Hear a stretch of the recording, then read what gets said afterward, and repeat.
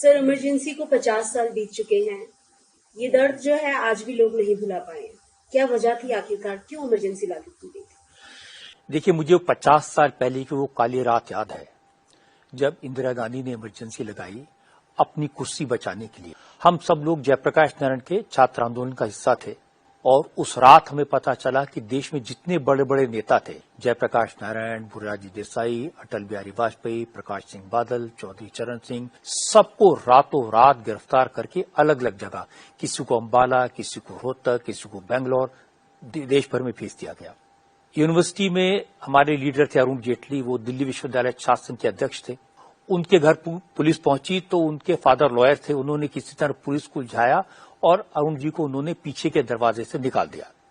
और मैं तो 17 साल का था, फर्स्ट ईयर का स्टूडेंट था, मुझे बहुत ज्यादा मालूम नहीं था। जब अरुण जी यूनिवर्सिटी में पहुंचे, उन्हें ये नहीं मालूम था कि पुलिस उन्हें ढूंढ रही, उन्हें वापस विश्वविद्यालय नहीं जाना चाहिए।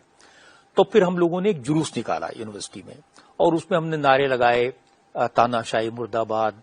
और फिर यूनिवर्सिटी का जो कॉफी हाउस है उसमें ऊपर जाके, मुझे आज भी याद है, अरुण जी टेबल पर खड़े हो गए, हम सब लोग चारों तरफ खड़े थे और तब हमने देखा कि पुलिस चारों तरफ से धीरे धीरे धीरे घेरा बनाते हुए हम सबको अरेस्ट करने के लिए आगे बढ़ रही थी।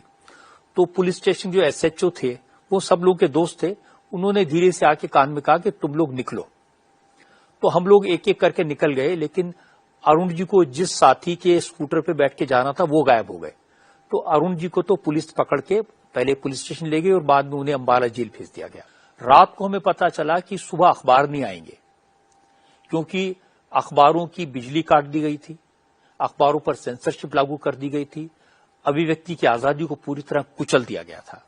दूरदर्शन था, ऑल इंडिया रेडियो था, वो पूरी तरह सरकार के कंट्रोल में था और हमारे पास में और बल्कि देश की जनता के पास खबरें जानने का कोई तरीका नहीं था।